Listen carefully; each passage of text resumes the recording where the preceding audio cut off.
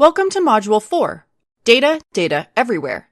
After completing this module, you will be able to list key information that should be provided to an agency when requesting data, describe considerations for determining whether or not to conduct primary data collection, describe how institutional review boards, IRBs, the Health Insurance Portability and Accountability Act, HIPAA, and the Family Educational Rights and Privacy Act, FERPA, provide safeguards for data collection.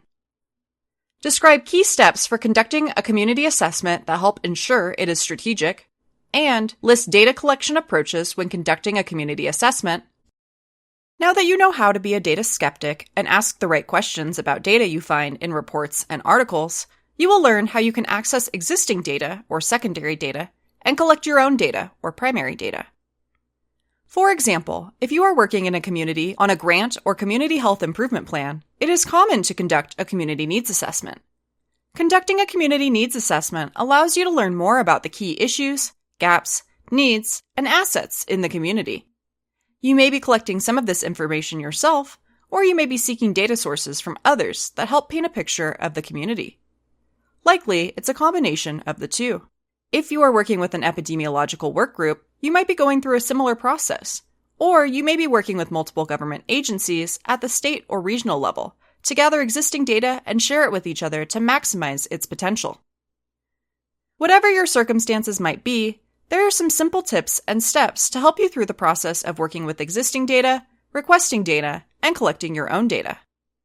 You will emerge from this data collection phase with a deeper awareness of another reality, how collecting data opens you to other perspectives. According to SAMHSA, the Substance Abuse and Mental Health Services Administration, a needs assessment is a systematic approach to identifying community needs and determining program capacity to address the needs of the population being served. Follow these steps before you begin collecting data for your needs assessment. First, define the purpose and goals for the assessment. What are you trying to find out? What questions are you hoping to answer? What issue are you wanting to better understand? How will you use the information from the assessment? Then, identify the target populations for the assessment of needs and services. Are you looking at substance misuse across age groups and demographics for your community? Or are you focused specifically on vaping among Latinx youth? Next, determine how data will be collected and used. What existing data sources will you access? What additional new data collection might be needed? What is the process for collecting this data? What's the timeline for the process? Don't forget to account for the time to receive IRB approval if you are conducting primary data collection, or the time to do data requests and analysis of secondary data sets, if needed.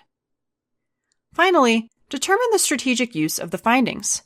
How will you use the results of the assessment? Who else could benefit from the results? Following these steps can help you be strategic with the who, what, where, when, and why of data collection, and best utilize your resources.